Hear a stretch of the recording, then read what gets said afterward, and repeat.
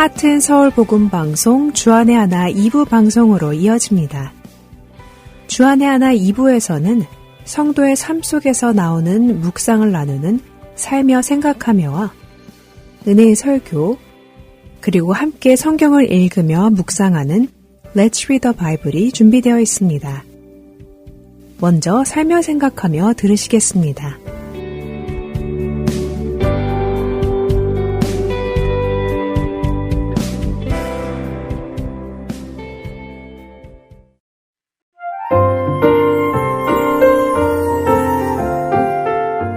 오늘은 김금자 성도의 이야기입니다. 권선영 성도가 대신 읽어드립니다.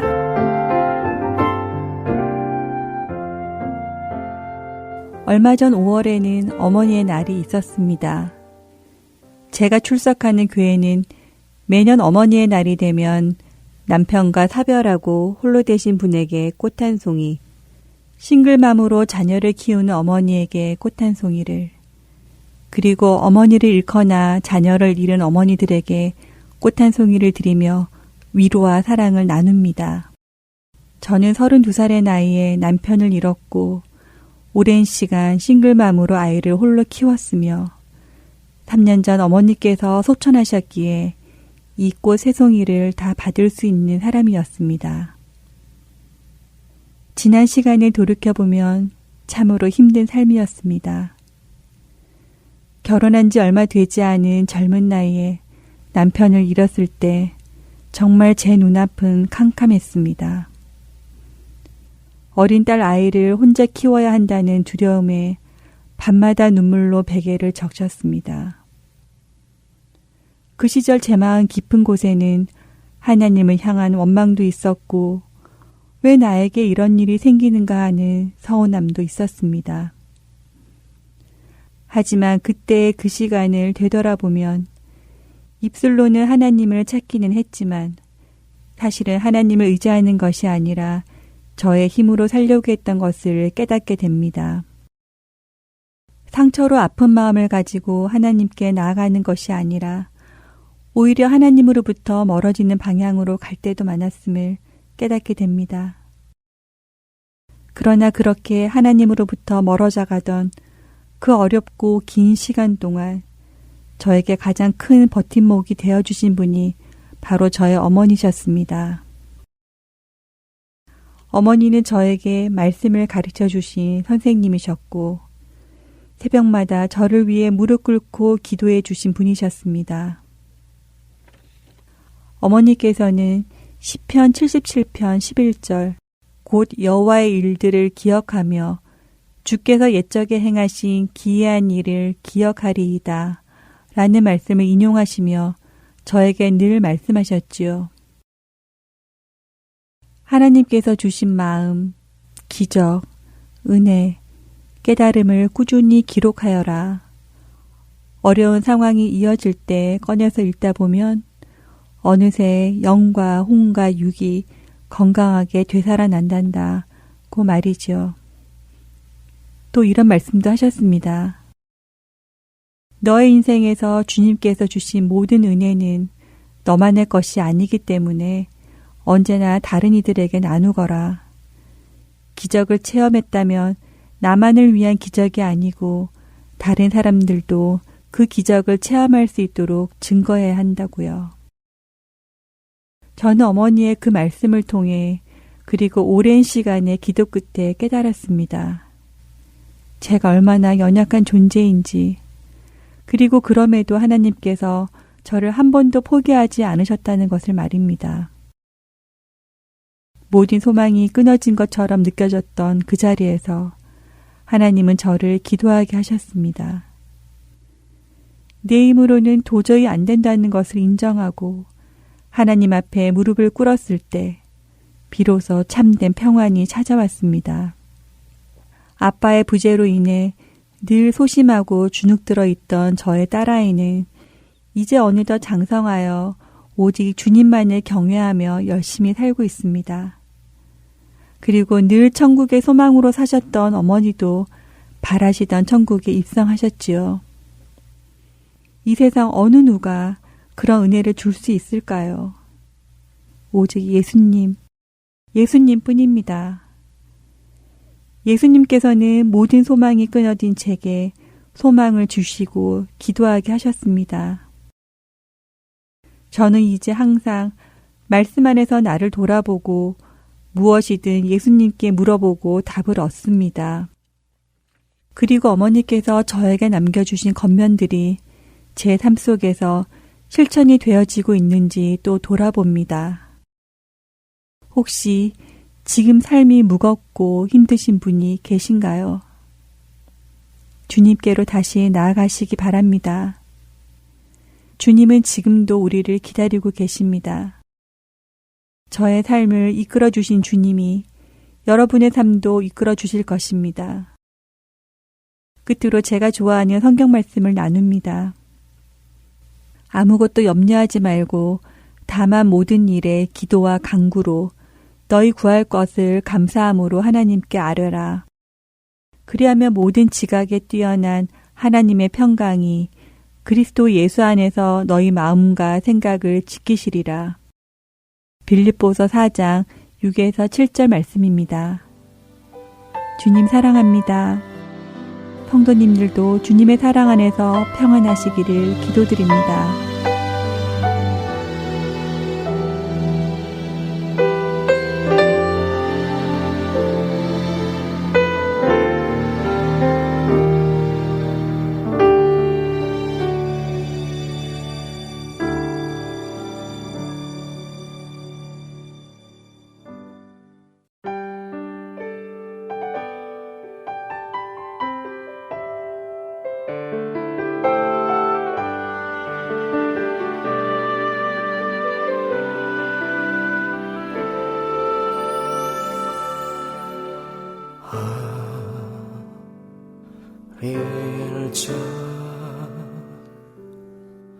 어두운 다락방에서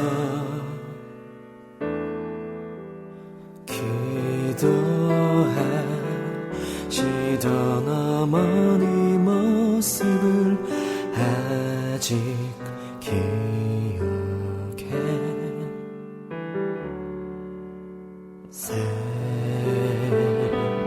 생각하며 순종하지 못했었지만 부족한 내 믿음 위에서 눈물 흘리시던 그 기도 소리로 인해 주 순종하게 하시고 나로 인해 또 다른 영혼들 기도하게 하신 사랑 감사해. 그 기도가 이 세상에서 이겨낼 수 있게 해준 걸 알아요. 주님의 놀라운 계획과 사랑들은 영원 끝까지 잊지 않을게요. 사랑해요.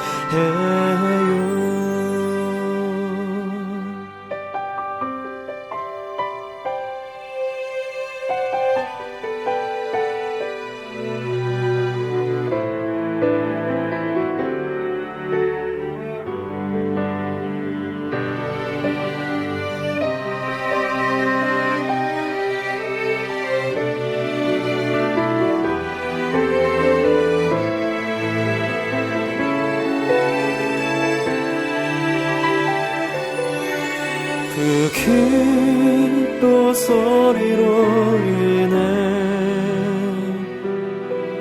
주 순종하게 하시고 나로 인해 또 다른 영혼들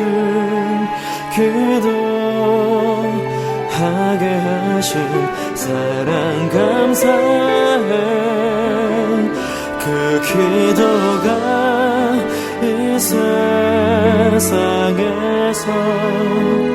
이겨낼 수 있게 해준 걸 알아요. 주님의 놀라운 계획과 사랑들을 영원 끝까지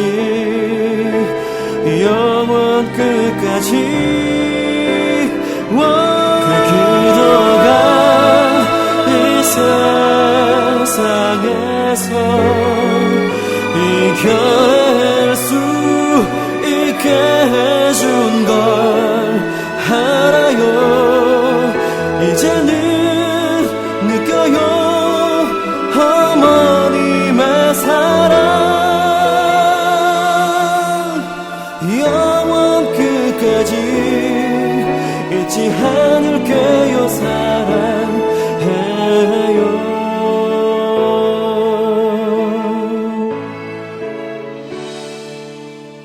잊지 않을게요. 사랑해요.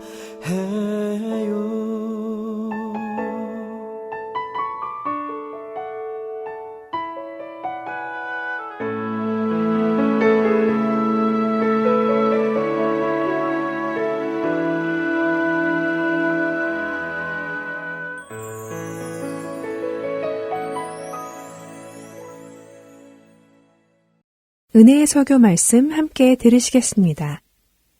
오늘은 광주시 첨단 겨자씨 교회 문영원 목사님께서 사사기 4장 1절에서 10절까지의 말씀의 본문으로 이해할 수 없는 명령과 이해를 넘어선 순종이라는 제목의 말씀 전해주십니다. 은혜의 시간 되시길 바랍니다.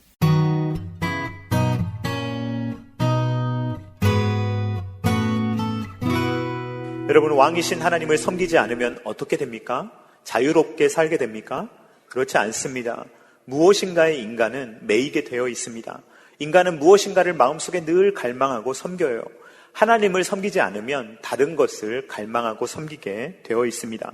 그것이 우상이든 돈이든 명예든 쾌락이든 다른 무언가의 종이 되어서 사람들은 살아가게 되는 것입니다.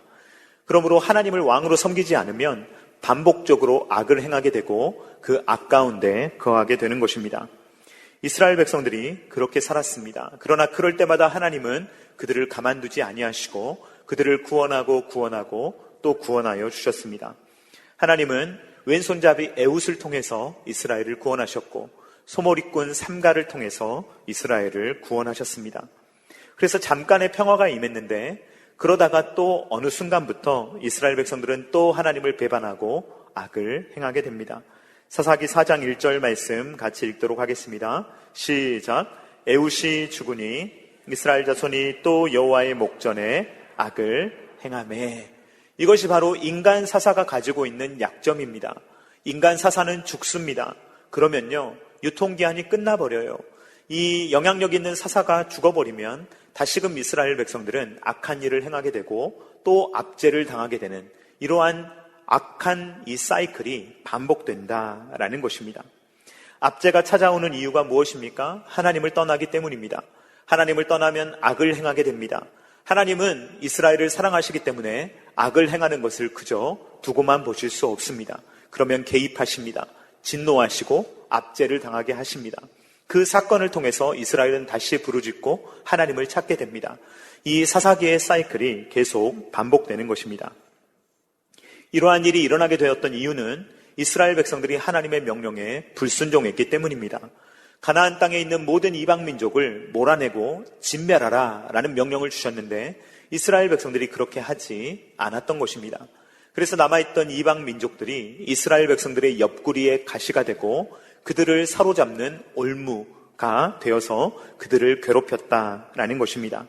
온니엘의 시대에는 메소보다미아의 구산 리사다임, 2배나 악하다라는 사람이 이 이스라엘을 괴롭혔습니다. 에훗의 시대에는 모압왕 에글론, 비둔한 사람이었죠. 굉장히 탐욕스럽고 이 사람이 이스라엘 백성들을 괴롭혔습니다. 이번에는 이스라엘 백성들을 누가 괴롭히느냐? 바로 가나안 민족이었습니다. 사사기 4장 2절로 3절 말씀 같이 읽도록 하겠습니다. 시작. 여호와께서 하솔에서 통치하는 가나안 왕 야빈의 손에 그들을 파셨으니 그의 군대 장관은 하로셋 학고임에 거주하는 시스라요. 야빈 왕은 철병거 900대가 있어 20년 동안 이스라엘 자손을 심히 학대했으므로 이스라엘 자손이 여호와께 부르짖었더라. 아멘. 이스라엘의 입장에서 가나안 민족의 압제는 특히나 고통스러웠을 것입니다. 왜냐하면 가나안 땅에 가서 가나안 민족을 진멸하라 라는 명령을 하나님께서 계속 주셨기 때문입니다. 그런데 이스라엘 백성들은 이 가나안 민족을 쫓아내지 못했을 뿐만 아니라 쫓아내지 않았습니다. 그들은 능력의 문제라고 생각했지만 사실 의도적으로 일부러 쫓아내지 않았다라는 것입니다. 왜 그랬습니까? 이 가나안 민족을 쫓아내는 것보다 쫓아내지 않는 것이, 그들을 진멸하는 것보다 남겨두는 것이 자기들에게 이익이 될 거라는 그러한 생각을 했기 때문입니다. 사사기 1장 27절 하반절 28절 말씀 같이 읽도록 하겠습니다. 시작. 그의 딸린 마을들의 주민들을 쫓아내지 못하매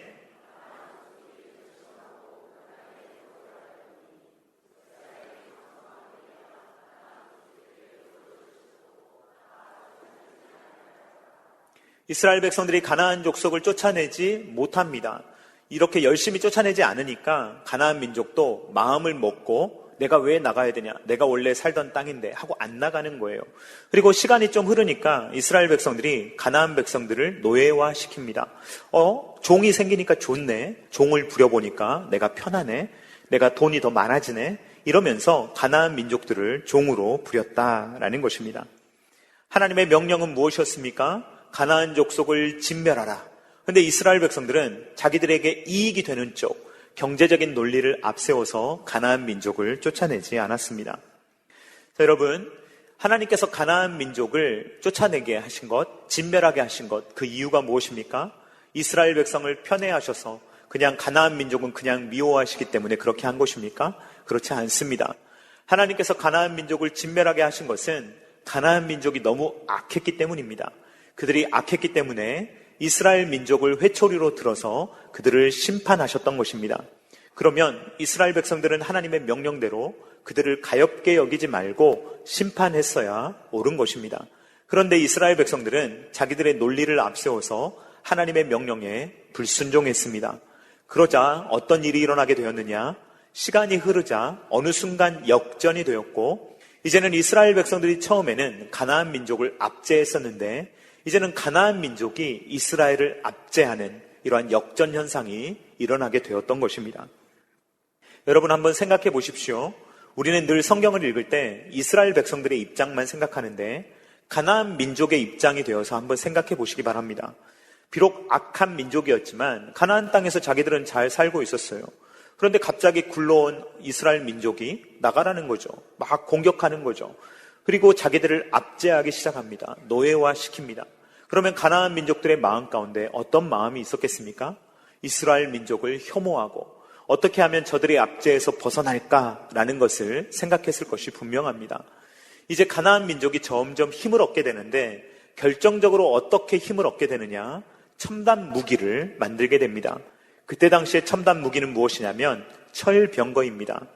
이 철병거를 900대나 만들어서 다시는 이 힘 없는 민족이 되어서 괴롭힘을 당하는 것이 아니라 오히려 다른 민족을 압제하는 그러한 민족이 된 것입니다.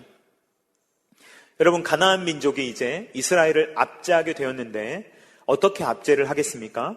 예전에 이스라엘한테 괴로움을 당했잖아요. 그러니까 훨씬 더 악감정을 가지고 이스라엘을 압제할 수밖에 없는 것입니다. 그래서 철병거를 가진 이 가나안 민족은 이스라엘을 학대하기 시작하는데 성경의 기록에 보면 심히 학대하였더라라고 기록되어 있습니다. 아주 심하게 학대를 했는데, 학대라는 말을 문자적으로 번역하면 이렇게 기름 짜듯이 짓이겨버리는 거예요. 완전히 쥐어짜는 그런 고통을 이스라엘에게 주었다라는 것입니다. 철병거 900대를 가지고 이스라엘을 마치 짓이겨서 기름을 짜듯이 그렇게 이스라엘을 괴롭혔다라는 것입니다. 그러자 이스라엘 백성들은 다시 여호와 하나님 앞에 부르짖기 시작합니다. 제가 오늘 설교를 할 때 사사기 4장과 5장을 막 이렇게 오갈 건데요. 여러분 집중해서 잘 들어주시기를 바랍니다. 왜 4장과 5장을 같이 봐야 되냐면 4장과 5장은 같은 내용입니다. 그런데 4장하고 5장의 장르가 좀 달라요. 4장은 역사적으로 이렇게 서술하고 있습니다. 그런데 5장은요, 시적으로 문학적으로 표현하고 있어요. 근데 왜 같이 봐야 되냐면 4장에 없는 내용이 5장에 있습니다. 그렇기 때문에 4장과 5장의 같은 사건을 재구성해서 이런 일이 있었구나 라는 것을 종합적으로 봐야 이 사사기 4장의 말씀도 이해할 수가 있는 것입니다. 이제 이스라엘 백성들이 심하게 학대를 당했다, 막 기름 짜듯이 괴롭힘을 당했다라고 하는데 어떤 종류였을까? 이제 사사기 4장만 보면 몰라요. 심히 학대했더라 그 내용밖에 없고 어떻게 학대했더라 이런 내용은 없습니다. 그런데 사사기 5장을 보면 어렴풋이 짐작할 수 있는 부분이 있습니다.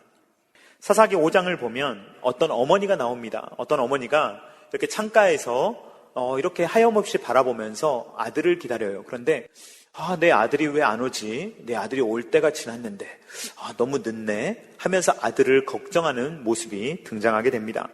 그런데 이 아들이 누구인가? 이 아들은 가나안의 군대 장관 시스라입니다.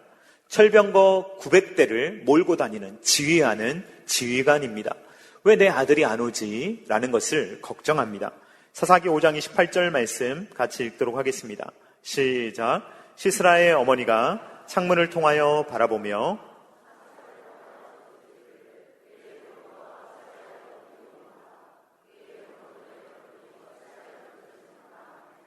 요즘으로 치면 최신형 차를 막 타고 다니는 거예요. 그러니까 아들이 동해 번쩍 서해 번쩍 막 빨리빨리 왔다 갔다 하겠죠. 그런데 올 시간이 지났는데 아들이 오지 않고 있습니다. 그래서 이 어머니가 계속해서 걱정을 하는데 옆에서 시녀들이 뭐라고 이야기하냐면 어머니 걱정하지 마세요. 이러느라 늦을 거예요 라고 이야기를 해줍니다. 무슨 일을 하느라 늦을까? 사사기 5장 30절 말씀 같이 읽도록 하겠습니다. 시작. 그들이 어찌 노략물을 얻지 못하였으랴. 그것을 나누지 못하였으랴. 사람마다 한두 처녀를 얻었으리로다. 시스라는 채색 옷을 노략하였으리니 그것은 수놓은 채색 옷이리로다. 곧 양쪽에 수놓은 채색 옷이리니 노략한 자의 목에 꾸미리로다 하였으리라. 아멘. 여러분 무슨 말입니까?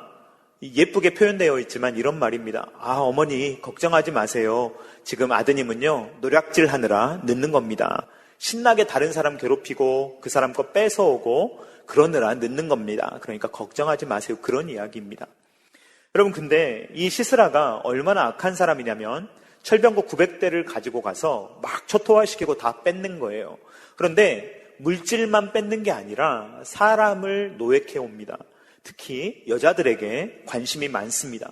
그래서 여자들을 잡아와서 여자들을 유린하는 것입니다. 여자들을 병사들에게 나누어 주고 노예화시키는 일을 바로 시스라가 했다라는 것입니다. 쉽게 생각하면 위안부와 같은 일입니다.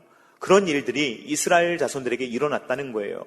가나안 군사들이 쳐들어와서 여자들을 잡아가고 그리고 위안부처럼 그렇게 대했다라는 것이 오늘 성경의 압제 내용입니다.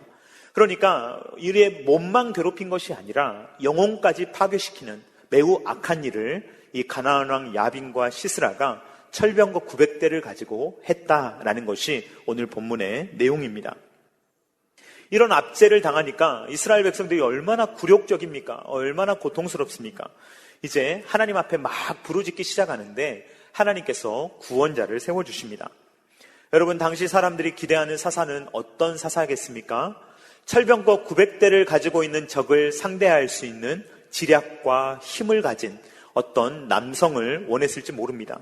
마치 삼손과 같이 힘이 세고 머릿속으로는 온갖 지략을 가지고 있는 그러한 사사를 기대했을지 모릅니다. 그러나 이번에 하나님께서 사사를 세워주시는데 이번에도 마치 왼손잡이 에훗과 같이 사람들이 전혀 상상하지 못하는 사람이 사사로 세워지게 되는데 이번에는 하나님께서 여자를 사사로 세우십니다. 사사기 4장 4절 말씀 같이 읽도록 하겠습니다. 시작. 그때 랍비돗의 아내 여선지자 드보라가 이스라엘의 사사가 되었는데 아멘. 여러분 여성을 비하하려고 하는 것이 아니라 여러분 50년, 100년 전만 생각해 보시기 바랍니다. 여성의 위치가 그렇게 높지 않았습니다. 그런데 이 이스라엘이 지금 이 사사기가 기록된 시대를 생각하면 훨씬 더 그런 시대인 것이 분명합니다. 그런 시대 가운데 사람들이 원하는 어떤 지도자상은 강력한 힘을 가진 남자, 뭔가 엄청난 힘을 가지고 삼손처럼 뭔가 적들을 물리칠 수 있는 정말 일반인이 가지고 있지 않은 어떤 힘을 가진 그런 사사를 원했을지 모릅니다. 그러나 하나님께서는 이 드보라라는 이 여성을 사사로 세우시고 그녀를 통하여서 하나님의 말씀을 주시는 것입니다. 그리고 드보라는 어떻게 합니까? 바락과 같은 남자들을 이 드보라가 통솔합니다. 그래서 하나님의 손에 붙잡힌 이 여성을 통해서 하나님께서 일하심이 이 땅 가운데 드러나게 되는 것입니다. 드보라는 바락을 불러서 이런 명령을 하는데 군대를 모아서 다볼산에 집결하라 라는 내용입니다. 사사기 4장 6절 말씀 같이 읽도록 하겠습니다. 시작. 드보라가 사람을 보내어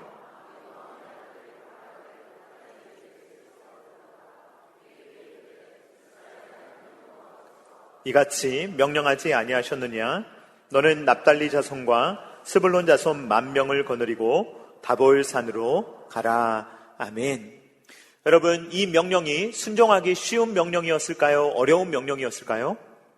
어려운 명령이었을 것이 분명합니다. 왜 그렇습니까? 이스라엘에게는요, 병거가 없습니다. 철병거가 없어요. 철병거가 없는 상태에서 철병거를 900대나 가지고 있는 적과 싸워야 합니다. 여러분, 탱크가 하나도 없는데 탱크를 900대 가진 군대와 싸워야 한다고 생각해 보십시오. 보병이 소총 들고 가가지고 탱크하고 싸운다. 이것은 말이 되지 않는 전쟁입니다. 그냥 다 죽으라는 소리예요. 그래서 이해할 수 없는 명령이지만 바락은 그 말씀에 순종합니다. 20년 동안이나 압제를 당했던 이유, 철병거입니다. 그런데 어느 순간 그냥 군대를 모아라. 이것은 받아들이기 어려운 명령입니다. 그럼에도 불구하고 바락은 순종하는 것입니다. 자기의 이해를 넘어선 순종. 왜 그렇습니까? 하나님의 명령이기 때문에. 이것이 드보라, 여자가 하는 이야기지만 그 여자의 이야기를 들어야 되는 이유는 하나님께서 드보라에게 말씀하셨기 때문에 그 명령에 순종해야 됨을 바락은 알고 있었던 것입니다. 바락은 하나님의 명령대로 10,000명의 군대를 모읍니다. 그리고 다볼산에 집결합니다. 근데 하나님께서는요, 이해할 수 없는 명령을 주셨을 뿐만 아니라 또 이해가 안 되는 약속을 주세요. 이기게 하겠다. 이것도 이해가 안 됩니다. 철병거 900대를 가진 군대를 도대체 무슨 수로 이기는가? 20년 동안 극복하지 못했던 이 차이를 어떻게 극복할 수 있는가? 이해가 안 되죠. 그런데요, 더 이해가 안 되는 부분은요, 기송강에 끌어내서 기송강에서 승리하게 하겠다라는 말입니다. 사사기 4장 7절 말씀 같이 읽도록 하겠습니다. 시작. 내가 야빈의 군대장관 시스라와 기송강으로 이끌어 내게 이르게 하고 그를 내 손에 넘겨주리라 하셨느니라. 아멘. 지금 이 명령은요, 이 바락이 들을 때는요, 말이 안 되는 명령입니다. 굉장히 비합리적인 명령이에요. 왜 그러냐면 일단은 철병거 900대를 이길 수 없습니다. 그리고 이 기송강에서 이기게 한다는 게 말이 안 되는 거예요.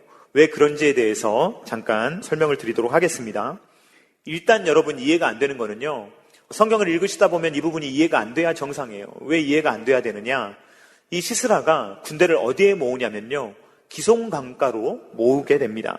철병거 900대를 기송강에 모으게 되는 거예요. 사사기 4장 12절로 13절 말씀 같이 읽도록 하겠습니다. 시작. 아비노함의 아들 바락이 다볼산에 오른 것을 사람들이 시스라에게 알림해 시스라가 모든 병거 곧 철병거 900대와 자기와 함께 있는 모든 백성을 하루셋 학고임에서부터 기손강으로 모은지라. 아멘. 여러분, 이 문구가 이해가 되십니까? 안 됩니까? 상식적으로 생각하면서 성경을 읽으시면 여기가 이해가 안 돼야 정상입니다. 왜 그렇습니까? 여러분, 병거 있잖아요. 병거. 오늘날로 그냥 탱크 생각해 보세요. 탱크를 강가로 모으겠습니까? 안 모으겠습니까? 강가로 모으실래요? 아니요. 이거는요, 조금만 상식이 있는 사람이라면요, 강가로 가지 않습니다. 여러분, 승용차 영산강에 모이게 하면은요, 강가로 밀어 넣겠습니까? 절대로 안 가죠. 빠지면요, 무용지물이에요. 그래서 강가로 모으게 할 수가 없는 것입니다.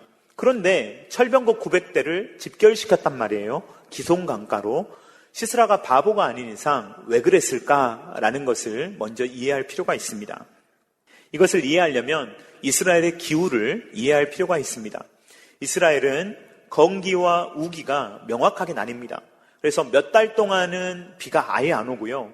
몇 달 동안은 비가 자주 내립니다. 그래서 이 건기와 우기가 이제 몇 달 사이를 간격으로 번갈아 가면서 오는데, 이 건기 때는 길이 되고 우기 때는 강이 되는 곳이 있어요. 이걸 예전에 학교에서 뭐라고 배웠냐면 와디라고 배웁니다. 근데 이스라엘은 어떠냐면요, 이 건기가 되면 땅이 돼요. 그냥 마른 땅입니다.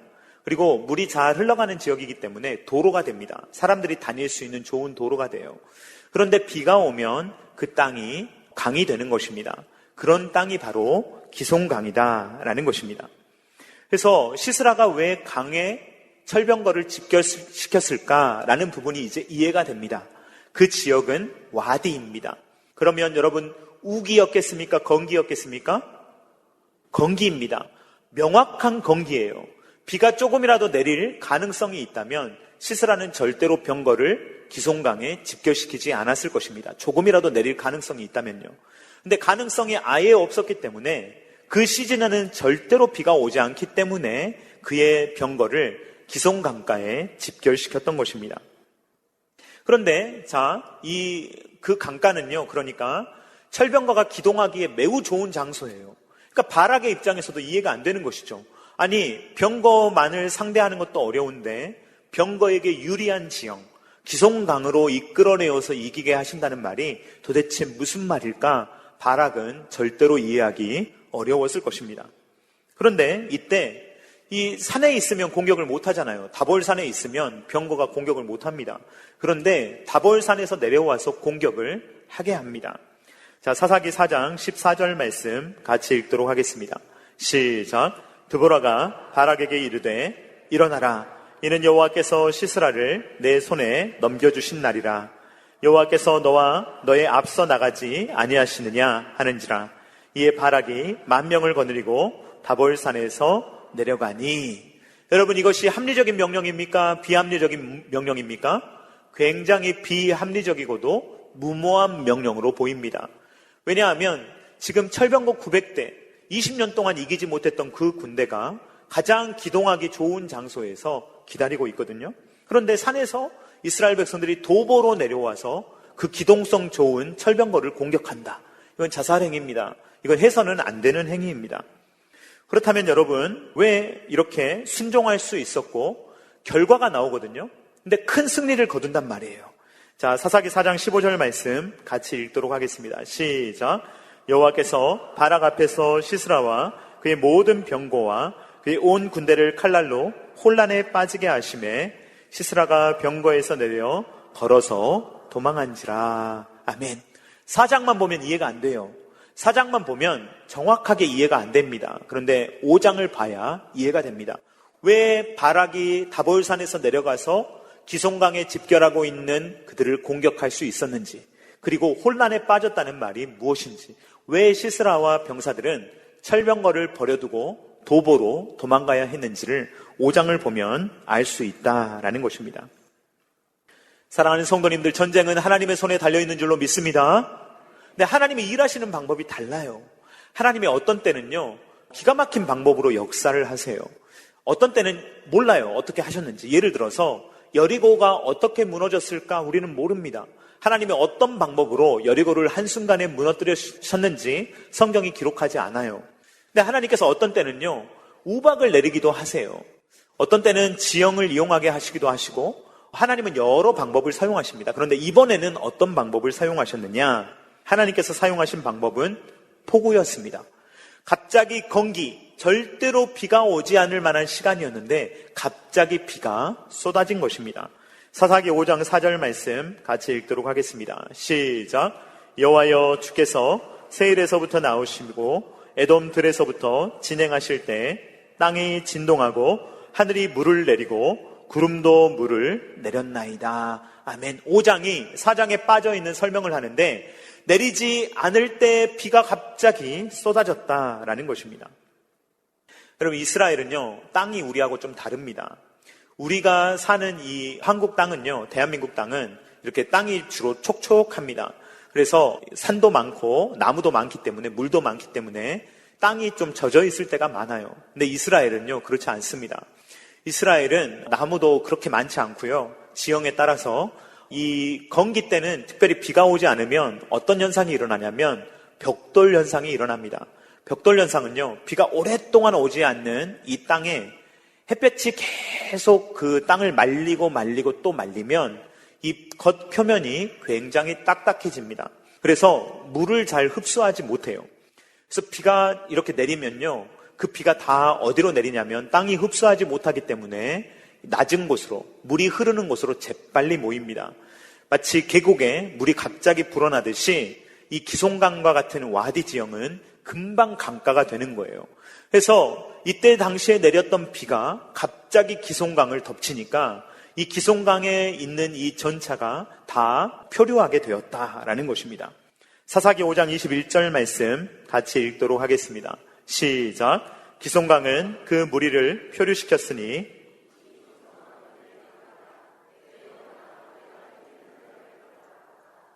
아멘. 여러분, 하나님께서 이렇게 역사하셨던 거예요. 놀랍게 건기예요. 절대로 비가 올 수 없는 시간입니다. 그런 시간에 하나님께서 비를 주시니까 그 기송강이 갑자기 물이 찬 거예요. 피할 사이도 없이 그 사이에 그 강가가 완전히 물이 차서 표류하게 되었고, 이제까지 철병거 900대를 이끌고 동서남북 사방을 다니면서 사람들을 압제하고 다녔던 철병거 군단이 완전히 못 쓰게 된 거예요. 하나도 일을 못하게 되었다라는 것입니다. 그러니까 그냥 곧절 덩어리가 된 거예요. 애물단지가 된 것입니다. 그들의 첨단 무기가 못 쓰게 된 거예요. 여러분, 이 사건이 기억나게 하는 사건이 있습니다. 어떤 사건입니까? 과거에 있었던, 사사기보다 과거에 있었던 어떤 사건이 떠오르십니까? 홍해에서 이 쫓아오던 애국 군대를 가둬버리신 그 하나님의 역사가 기억나지 않으십니까? 바로 그 역사가 가나안 땅에서 재현되었던 것입니다. 그래서 이스라엘 백성들은 또다시 이 철병거, 도저히 극복할 수 없고 이길 수 없을 것이라고 생각했던 그 철병거를 이기게 되는 놀라운 역사를 이스라엘 백성들이 경험하게 되었다라는 것입니다. 이제 시스라는 어떻게 되었느냐? 병거를 버리고 갑니다. 여러분, 웬만하면요, 병거를 버리면 안 돼요. 이제 남자분들은 다 아시겠지만 총은요, 자기의 목숨같이 여겨야 됩니다. 이 총을 늘 몸에 지니고 다녀야 됩니다. 그런데 여러분, 이 총보다 탱크는요, 훨씬 비싸잖아요. 그래서요, 탱크 부대는요, 절대로 탱크를 버리면 안 됩니다. 저도 탱크 부대를 나왔는데요, 그 구호가 있어요. 내 생명 전차와 함께. 그래서요, 그 탱크 버리고 가면 안 돼요. 그냥 죽어도 거기서 죽어라, 그 말이에요. 그런데 시스라가요, 못 쓰게 됐잖아요. 이제 완전히 무력화됐잖아요. 그러니까 철병거를 버려두고 도보로 도망가는 겁니다. 도보로 도망가는데 어디로 도망가게 되느냐? 평상시에 친분이 있었던 사람인 헤벨이라는 사람의 장막에 숨게 됩니다. 그래서 헤벨의 아내였던 야엘은요, 그를 대접하고 그에게 편안하게 대해주는데요, 마음이 편해진 시스라는 고나게 잠들게 됩니다. 이때 야엘이 시스라를 죽이게 됩니다. 사사기 4장 21절 말씀 같이 읽도록 하겠습니다. 시작. 그가 깊이 잠드니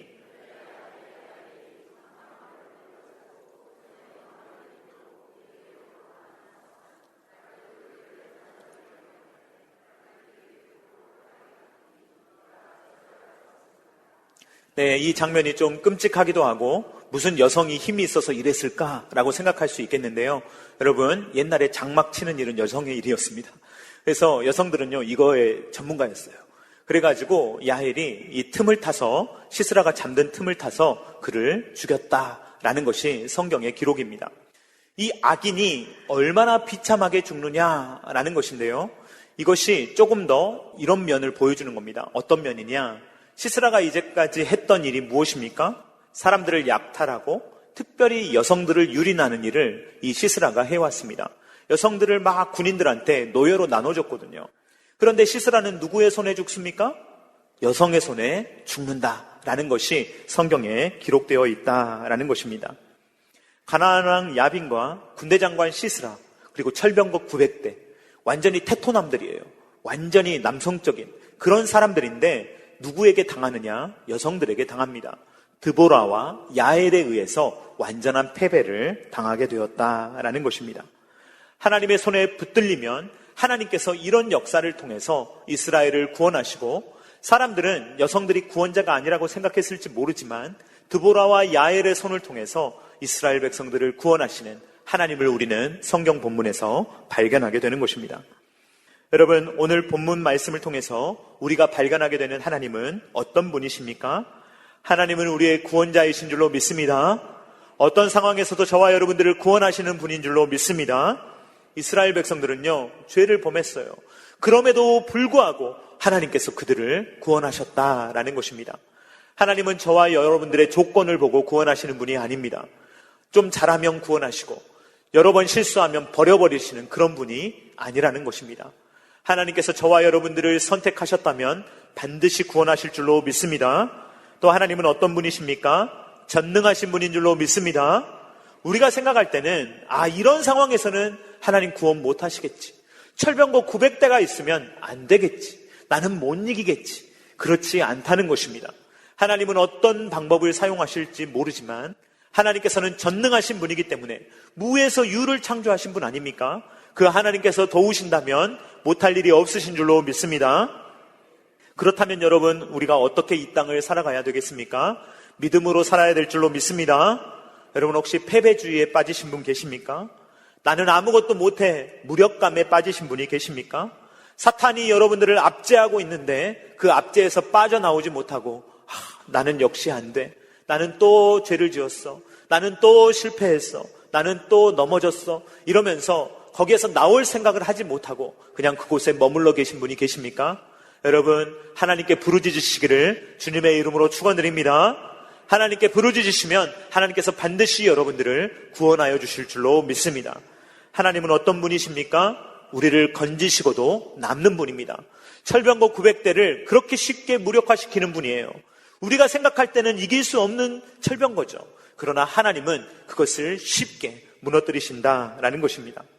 하나님을 우리의 머릿속에 가두면 안 돼요. 우리 생각대로 이건 이렇게밖에 안 될 거야. 길이 없을 거야. 아니요. 길이 있습니다. 우리가 생각하지 못하는 방식으로 하나님은 얼마든지 일하실 수 있는 분이다라는 것입니다. 로마서 11장 33절 말씀 같이 읽도록 하겠습니다. 시작. 깊도다 하나님의 지혜와 지식의 풍성함이여 그의 판단은 헤아리지 못할 것이며 그의 길은 찾지 못할 것이로다. 아멘. 하나님의 지혜는 우리의 지혜와 다릅니다. 우리가 생각할 수 없는 그러한 일을 하나님께서 하신다라는 것입니다. 신묘막측하게 하나님은 역사하십니다. 전능하신 하나님이 도우시면 우리가 생각할 때 불가능한 일도 얼마든지 되는 것입니다. 하나님이 우리와 함께 하시는데 누가 우리를 무너뜨릴 수가 있겠습니까? 그럴 수 없다는 것입니다. 그러므로 사랑하는 성도님들, 하나님을 신뢰하시기를 주님의 이름으로 축원드립니다. 하나님께 맡기십시오. 하나님 앞에 불가능한 일이 있다고 하더라도 하나님 앞에 맡기십시오. 하나님이 역사하시면 될 줄로 믿습니다. 이 말씀을 들었을 때 여러분들의 마음을 하나님께서 강하게 하시고 담대하게 하실 줄로 믿습니다. 여러분, 여러분들의 마음을 하나님 앞에 내어놓으십시오. 여러분들의 문제를 하나님 앞에 고하시기를 바랍니다. 하나님이 만지시면 해결될 줄로 믿습니다. 하나님이 역사하시면 뒤집어질 줄로 믿습니다. 하나님은 역전의 하나님이십니다. 얼마든지 역전시킬 수 있는 것입니다. 그러므로 그 하나님, 전능하신 하나님 앞에 여러분들의 모든 문제를 내어놓으시고 여러분들의 마음에 평안을 얻으시기를 주님의 이름으로 축원드립니다. 철병거 900대, 우리가 볼 때는 못 이기죠. 그러나 하나님이 철병거보다 크신다는 것입니다. 하나님이 더 강하시다는 것입니다. 그분이 바로 우리의 왕이십니다. 그분이 바로 우리의 아버지이십니다. 우리의 아빠 아버지이신 그분, 우리의 왕이신 하나님께서 저와 여러분들을 붙들고 계시기 때문에 어떤 일에도 승리할 수 있다라는 것을 기억하며 믿음으로 승리하는 삶을 살아가는 저와 사랑하는 성도님들 다 되실 수 있기를 주님의 이름으로 축원드립니다.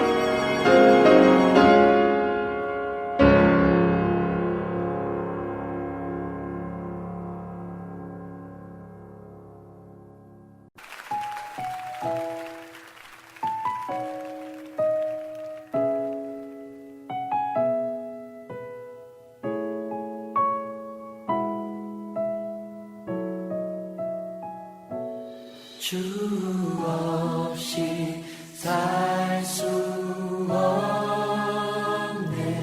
죄인의 구주여 그 귀한 보배 피로 날 구속하소서 구주의 사랑으로 구주의 사랑으로 흘리신 보혈이 내 소망 나의 위로 내 영광 됩니다. 다시 한번 주 없이 살 수 없네 주 없이 살 수 없네 죄인의 구주여 그 귀한 보배 피로 그 귀한 보배 피로 날 구속하소서 주의 사랑으로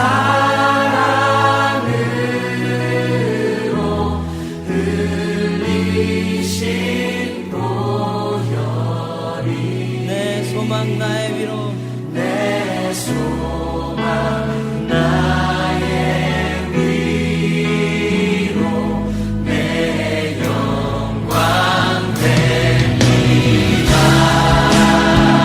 아멘. 힘없이 살 수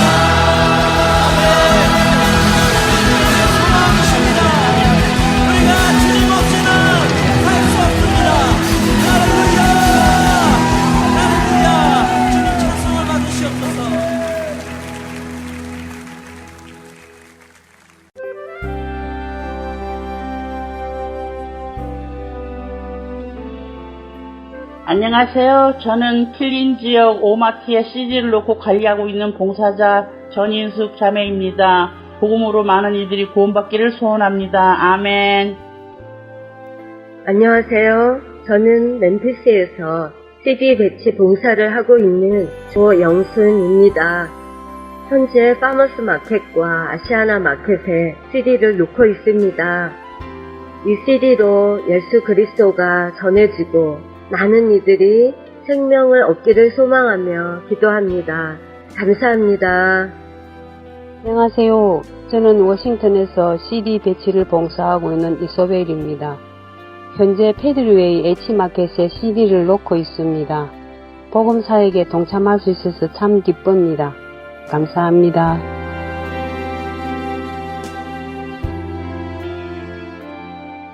그런즉 그들이 믿지 아니하는 이를 어찌 부르리요? 듣지도 못한 이를 어찌 믿으리요? 전파하는 자가 없이 어찌 들으리요? 보내심을 받지 아니하였으면 어찌 전파하리요? 기록된 바 아름답도다. 좋은 소식을 전하는 자들의 발이여. 생명을 전하는 이 아름다운 사역에 동참하실 분은 전화번호 602-866-8999로 연락 주시기 바랍니다.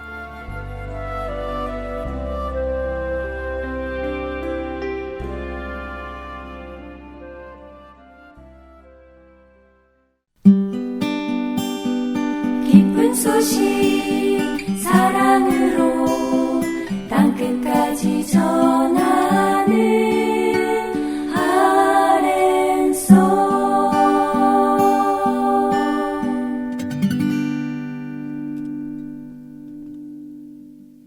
이어서 Let's Read the Bible 함께 들으시겠습니다.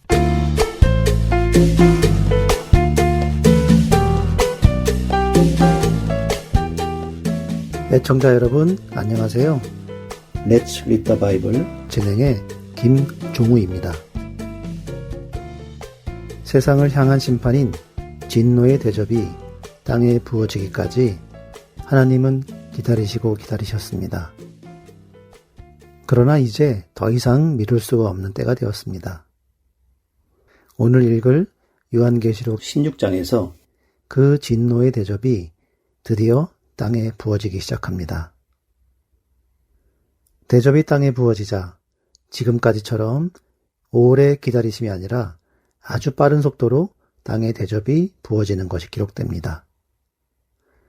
첫 번째 대접이 부어지자 짐승에게 속한 자들에게 악하고 독한 종기가 나고, 두 번째 대접이 부어지자 바다가 피같이 되며 바다 가운데 있는 모든 생물이 죽음을 맞이합니다. 세 번째 대접이 부어지자 생명의 근원이 되는 물의 근원 역시 피가 됩니다. 세상에 속한 인간은 생명의 근원이 되는 물을 마시지 못하게 되는 것을 보여주며, 동시에 그들이 성도들과 선지자들의 피를 흘렸기에 그들이 피를 마심으로 피값을 치르는 것을 보여주죠. 네 번째 대접이 부어지자 태양을 강렬히 빛을 비추어 사람들을 태우는 고통이 옵니다. 또한 다섯 번째 대접이 부어지면 세상은 급격히 어두워지고 몸에 종기가 나서 고통을 받게 되지요. 그럼에도 불구하고 그들은 자신들의 잘못을 회개하지 않고 오히려 자신들을 심판하시는 하나님을 비방하며 불평합니다. 그렇게 오랜 시간 동안 하나님께서 그들을 향해 진노의 대접을 미루시며 그들이 돌아오기를 초청하셨음에도 그들은 하나님의 초청을 거부하고 하나님을 향해 비방과 불평을 쏟아놓지요. 여섯 번째 나팔이 불리자 세상은 크나큰 전쟁이 일어날 준비가 이루어집니다. 그리고 마지막 일곱 번째 나팔이 불리자 세상에는 그때까지 있었던 그 어떤 지진보다도 큰 지진이 일어나고, 이로 인해 세상에 엄청난 지각 변동이 일어나게 되죠. 지진이 일어날 때는 대부분 화산이 터집니다. 화산이 터지면 그 연기가 하늘을 가리게 되고 햇빛을 가리게 됩니다. 이렇게 해가 땅을 비추지 못하면 구름 아래의 땅은 급격한 온도 변화를 겪게 됩니다. 아주 추워지게 되지요. 이런 경우 우박이 떨어지기 시작하는데 요한계시록 16장은 그 우박의 크기가 한 달란트, 곧 35에서 36kg에 가까운 무겁고 큰 우박이 떨어진다고 하시지요. 그러나 여전히 사람들은 그런 두려운 재난과 고통 속에서도 회개하지 않습니다. 그들의 마음은 완악하고 목이 고다 하나님을 인정하지 않죠. 그들은 끝까지 이런 일을 행하시는 하나님이 나쁘다고 비방합니다. 하나님의 은혜를 받아들이지 않으면서 하나님이 나쁘다고 비방하는 그들의 모습이 오늘날 이 세상에 점점 퍼져나갑니다. 사람을 창조해놓고 자신을 믿지 않는다고 지옥에 보내는 하나님이 나쁘다고 세상 사람들은 말을 합니다. 하지만 하나님이 나쁘신 것이 아니라 하나님은 공의의 하나님이시기에 세상의 악을 향해 심판을 하셔야 하며 이를 통해 공의를 이루셔야만 하지요. 사람들은 세상에서 정의가 이루어지지 않을 때 정의는 어디 있느냐, Where is the justice? 라며 분을 냅니다. 그러나 정작 자신들에게 그 정의가 일어날 때에는 그 정의를 내리시는 하나님을 비방하죠. 이것이 죄인의 모습입니다. 자신은 옳다고 믿고 자신이 모든 것의 기준이 되어 스스로 하나님 자리에 앉는 것 말입니다. 혹시 우리 모습 속에 죄인의 모습이 나타난다면 회개하고 돌이켜 하나님의 자리에서 내려오고 하나님께 그 자리를 내어드리는 우리가 되기 원하며 하나님의 초청을 거절하지 않는 우리들이 되기 원합니다. Let's read the Bible. 요한계시록 16장 1절에서 21절까지의 말씀을 읽겠습니다. 또 내가 들으니 성전에서 큰 음성이 나서 7 천사에게 말하되 너희는 가서 하나님의 진노의 7 대접을 땅에 쏟으라 하더라. 첫째 천사가 가서 그 대접을 땅에 쏟음에 짐승의 표를 받은 사람들과 그 우상에게 경배하는 자들에게 악하고 독한 종기가 나더라. 둘째 천사가 그 대접을 바다에 쏟음에 바다가 곧 죽은 자의 피같이 되니 바다 가운데 모든 생물이 죽더라. 셋째 천사가 그 대접을 강과 물 근원에 쏟음에 피가 되더라. 내가 들으니 물을 차지한 천사가 이르되 전에도 계셨고 지금도 계신 거룩하신 이여 이렇게 심판하시니 의로우시도다. 그들이 성도들과 선지자들의 피를 흘렸으므로 그들에게 피를 마시게 하신 것이 합당하니이다 하더라. 또 내가 들으니 제단이 말하기를 그러하다.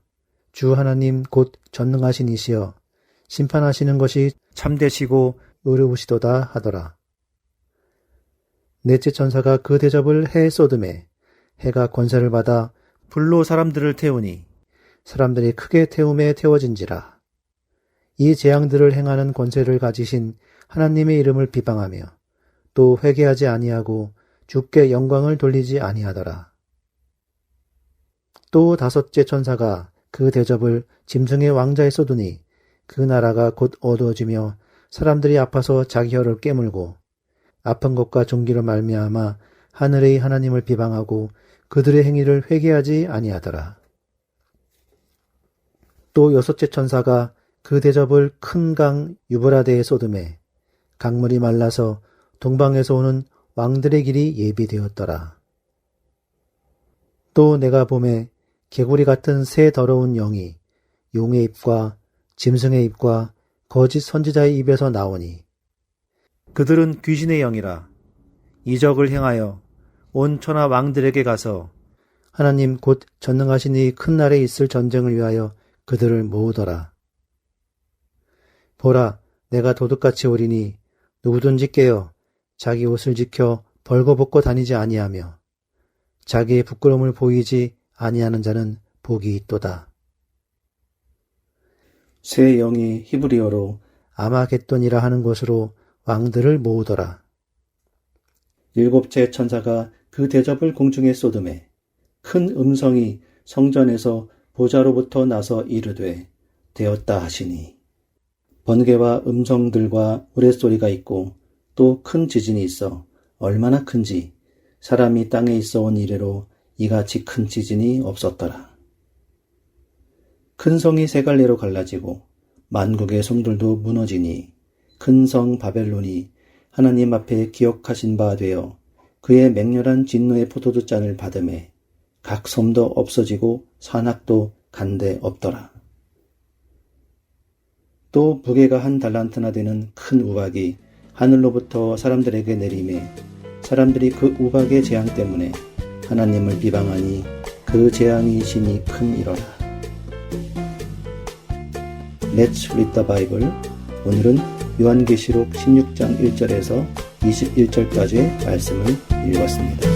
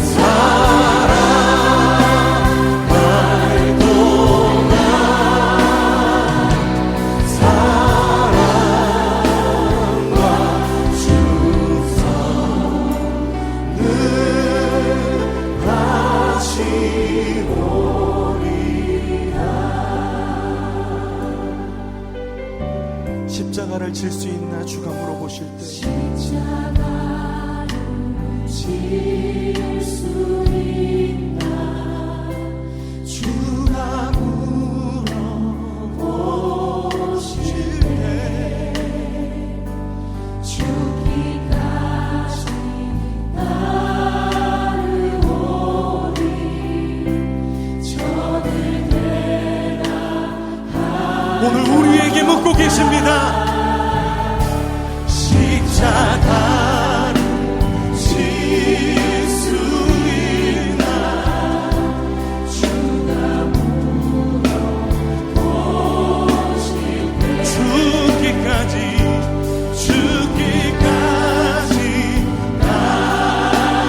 따르오리 저들 대답하였다. 우리의 심령 주의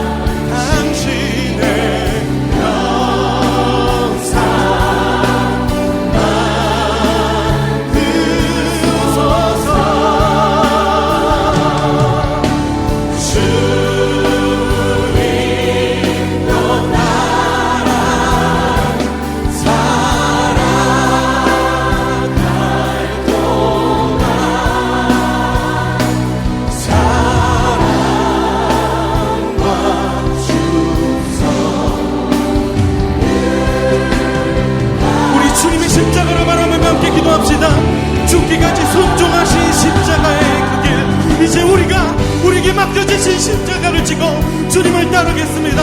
넘어지고 실패하는 것 같아 보여도 주님께서 보이신 생명의 길을 우리가 따르겠습니다. 우리 함께 결단하며 기도합시다.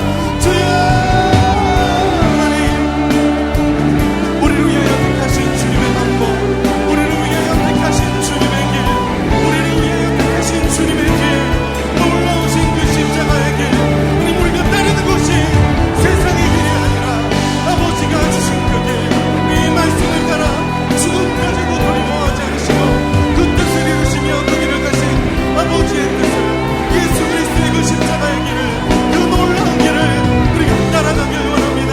이 땅 가운데 십자가의 은혜를 입은 우리가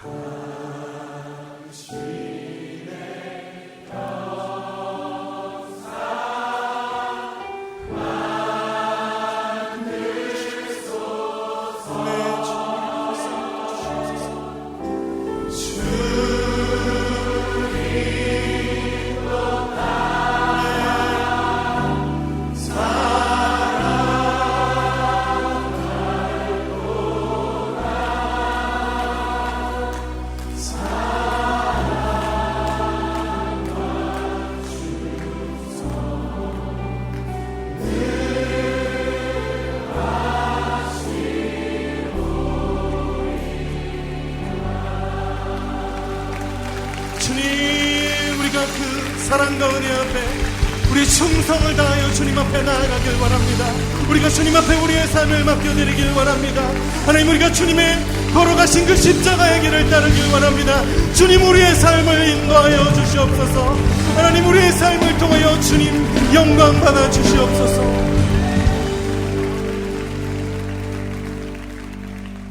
우리 주님 앞에 감사의 박수 올려드립시다.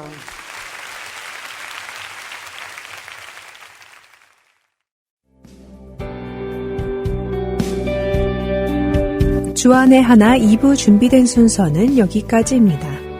계속해서 주안의 하나 3부로 이어집니다. 주님의 말씀을 더 알아가는 시간 되시길 소망합니다. 안녕히 계세요.